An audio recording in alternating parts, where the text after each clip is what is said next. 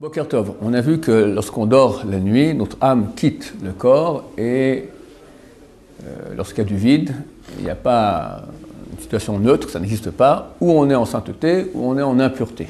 Alors toutes les forces impures rentrent dans notre corps, des forces extrêmement impures, surtout si on dort avant minuit, qu'on est endormi au moment de minuit, et lorsqu'on se réveille, l'âme sainte revient et fait fuir toutes ces forces impures qui vont se réunir au bout des doigts des pieds et au bout des doigts des mains. On n'a pas la puissance d'enlever l'impureté du bout des pieds, on pouvait le faire qu'au temple à l'époque, mais on a l'obligation d'enlever cette impureté au bout des mains. Maintenant, dès quel âge ça commence ça?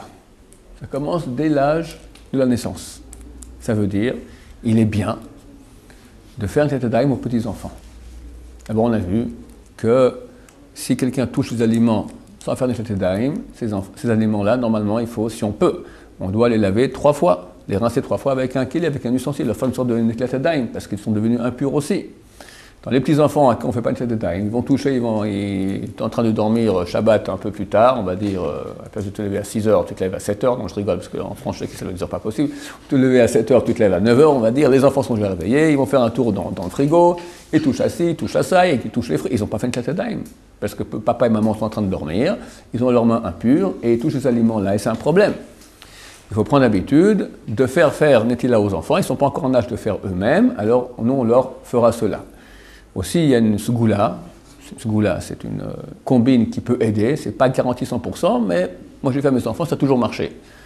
On sait que très souvent chez les enfants, quand ils naissent, ils reçoivent la jaunisse.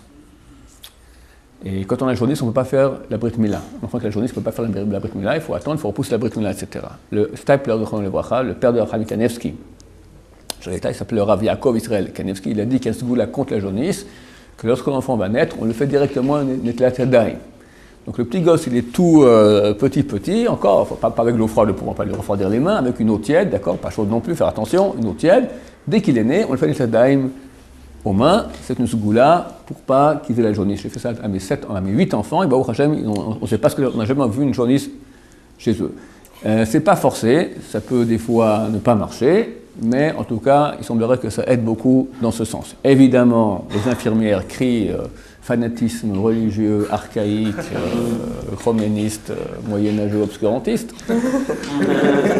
Ça fait rien, nous ferons ce que nous ferons, et tant pis pour eux.